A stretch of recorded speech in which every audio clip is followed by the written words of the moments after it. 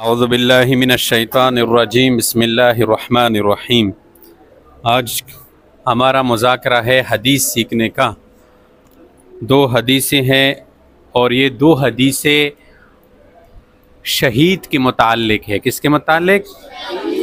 जो बंदा अल्लाह के रास्ते में अल्लाह की दीन की सरबुलंदी के लिए शहीद हो जाए तो उसको क्या मिलेगा, या जो बंदा इस तमन्ना में था कि मुझे भी शहादत मिले, अल्लाह की दीन के लिए, अल्लाह की दीन को सरबुलंद करने के लिए मुझे भी क्या मिले, शहादत मुझे मिल जाए, अल्लाह के रास्ते में मैं शहीद हो जाऊं।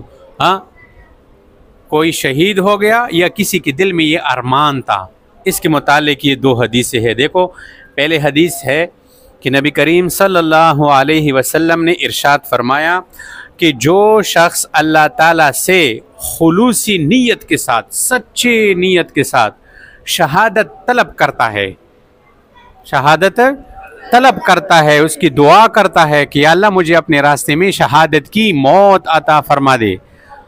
मरना तो हर एक ने मरना है ना, लेकिन जो अल्लाह के रास्ते में शहीद हो जाए, सुबहान अल्लाह। तो नबी इस्लाम ने फरमाया कि अल्लाह ताला ऐसे बंदों को शहीदों के दर्जों पर पहुंचा देता है, अगरचे वो अपने बिस्तर पर मरे। देखो, एक बंदे के दिल में शहादत की तमन्ना थी, आरज़ू थी कि या अल्लाह मुझे अपने रास्ते में शहादत की मौत अता फरमा दे, तेरे दीन के लिए, इस्लाम के लिए, नामूस रिसालत के लिए, दीन की सरबुलंदी के लिए मैं तेरे रास्ते में या अल्लाह शहीद हो जाऊं। ये अरमान था दिल में, ये तड़प थी उसके दिल में। अब इसको मौका नहीं मिला, ज़िंदगी में शहादत नहीं मिली, अपने बिस्तर पर मर गया। इस बंदे को रसूल पाक अलैहि सल्लम ने क्या फरमाया कि इस बंदे को अल्लाह पाक शहीदों के दर्जे पर पहुंचा देता है। तो कम से कम दिल में नियत तो करो ना सारे कि इंशाअल्लाह हम अल्लाह की दीन के लिए अल्लाह पाक से यही दुआएं मांगते रहेंगे कि अल्लाह मुझे अपने दीन की मेहनत के लिए कबूल फरमा दे। समझ आ गई? दूसरी हदीस, नबी करीम सल्लल्लाहु अलैहि वसल्लम ने फरमाया शहीद के लिए अल्लाह के पास 6 इनामात हैं। कितने इनामात हैं? 6। जो बंदा अल्लाह के रास्ते में शहीद हो जाए उसके लिए अल्लाह के पास कितने इनामात हैं? 6। उसमें सबसे पहला इनाम क्या है कि पहले मरहले में उसे बख्श दिया जाता है। जैसे शहीद हो जाते हैं ना, अल्लाह पाक उसको बख्श देते हैं, इनके सारे गुनाहों को बख्श दो, इस बंदे को माफ़ कर दिया जाता है, बस। नंबर 2, वो जन्नत में अपना ठिकाना देख लेता है। बड़ा वो जन्नत में अपना ठिकाना, मुझे देखो इधर, के शहीद जब शहीद होता है ना, अल्लाह के रास्ते में शहीद हो जाते हैं, तो शहीद होती ही वो अपना ठिकाना जन्नत में देख ले, अल्लाह उसको जन्नत सामने कर देते हैं कि तेरा ठिकाना ये है जन्नत में। समझ आ गई बात की? इधर मेरी तरफ देखो, हाँ, समझ आ गई बात की? नंबर 3, तीसरा इनाम, उसे अज़ाब कब्र से निजात मिल जाती है। अज़ाब कब्र कितना सख्त है, कितना सख्त चीज़ है कि हर नमाज के बाद अज़ाब कब्र से पनाह मांगा जाए। और इंसान का पहला मरहला है कब्र। यहाँ पे कामयाब हो गया तो बाकी मंजिलों में भी कामयाब होगा, और जो यहाँ पे नाकाम हो गया वो आने वाले और मंजिलों में भी फिर नाकाम हो जाएगा। तो देखो, शहादत पर अज़ाब कब्र से निजात भी मिल जाती है। जो बंदा अल्लाह के रास्ते में शहीद हो जाता है उसके लिए चौथा इनाम कि वो क़यामत के दिन की घबराहट से महफूज होगा। क़यामत का दिन बहुत घबराहट का दिन होगा, सारे लोग डरे होंगे कि अब मेरे बारे में क्या फ़ैसला होगा, क्योंकि इधर जन्नत होगा, इधर जहन्नम होगा। हाँ, और जो है लोग डरे होंगे और सूरज जो है बिल्कुल करीब आ चुका होगा। घबराहट का दिन होगा, हार और जीत का दिन होगा। कोई हार रहा होगा, कोई जीत रहा होगा। जिसको अमलनामा दाएं हाथ पे मिले वो जीत, जिसको बाएं हाथ पे मिले वो हार। यौमुत तगाबुन जिसको कहा गया है। तो जो बंदा इखलास के साथ अल्लाह की दीन की सरबुलंदी के लिए शहीद हो जाए तो उसके लिए चौथा इनाम क्या है कि वो क़यामत के दिन की घबराहट से महफूज हो जाएगा।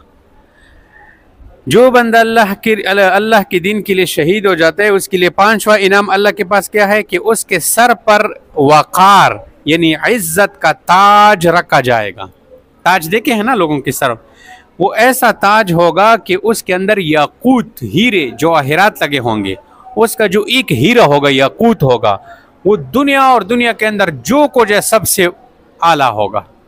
दुनिया के अंदर कितना सोना, कितना चांदी, कितनी हीरे, कितनी जवाहिरात है, सारा दुनिया और दुनिया के अंदर जो कुछ है वो एक तरफ, और इस शहीद के सर पर जो ताज होगा ना, उसके अंदर एक हीरा, एक याकूत जो लगी होगी, मलगला रही दब सुकुमदा दब दिना ठुले जहान न बजेती, सारी दुनिया से जो है ये ज़्यादा होगा।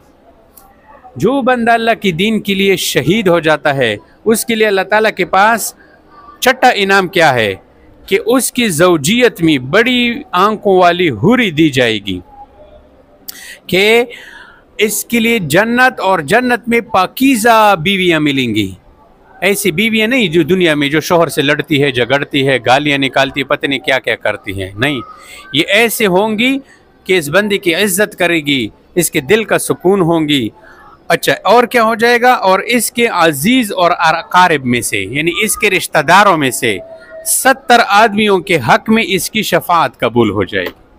कि जो बंदा अल्लाह के रास्ते में शहीद हो गया ना, ये अपने ख़ानदान के वो 70 आदमी जिनके लिए जहन्नम का आर्डर हो चुका होगा, ये शहीद की शफाअत से ये 70 बंदे जहन्नम से बचकर जन्नत में चले जाएंगे। अब बोलो, शहादत का कितना बड़ा मर्तबा है, शहीद की कितनी बड़ी अजमत है। इसलिए दिल में ये तमन्ना रखो कि इंशाअल्लाह मरना तो सब ने है, समझ आ रही है। खुशकिस्मत है वो बंदा कि जिसकी मौत अल्लाह के रास्ते में आ जाए, यानी अल्लाह की दीन की सरबुलंदी, अल्लाह का दीन सीख रहा है और लोगों को सिखा रहा है, और अल्लाह की दीन के लिए मुल्क मुल्क, गली गली, गांव गांव फिर रहा है, इसलिए कि अल्लाह का दीन जिंदा हो जाए। और इसके लिए माल भी लगा रहा है, हत्ता कि अगर किसी जगह जान देने का वक़्त आ गया तो जान भी पेश कर दी। साहबा इकराम ने ऐसा किया नहीं किया? अल्लाह के रास्ते में उनको शहादत की मौत आई है। पाकिस्तान में सहाबा की कब्रें हैं, मक्का से, मदीने से पाकिस्तान आ गए। पाकिस्तान सब, पेशावर के अंदर कब्रें हैं, सिंध के अंदर कब्रें हैं, पंजगुर के अंदर कब्रें हैं, सिंध के अंदर काफ़ी सारे कब्रें हैं, ईरान में, इराक में, चीन में, दुनिया की पता नहीं किस किस मुल्क में सहाबा इकराम अल्लाह की दीन के लिए गए हैं और अल्लाह की दीन के लिए शहीद हो चुके हैं। तो हमारे लिए भी वो रास्ता है, हम भी उनके रास्ते पे चलेंगे तो कामयाब होंगे, इधर उधर जाएंगे तो फिर नाकाम हो जाएंगे। तो समझ आ गई? बस अल्लाह तबारक व तआला हम सबको अपने रास्ते में इखलास के साथ शहादत की मौत अता फरमाए। वाखिर दावाना अल्हम्दुलिल्लाहि रब्बिल आलमीन। उस ज़माने का मुंतज़िर हूँ, ज़माना जब बेमिसाल होगा। हर एक मस्जिद मदीना होगी, हर एक मुअज़्ज़िन बिलाल होगा। उस ज़माने का मुंतज़िर हूँ, ज़माना जब बेमिसाल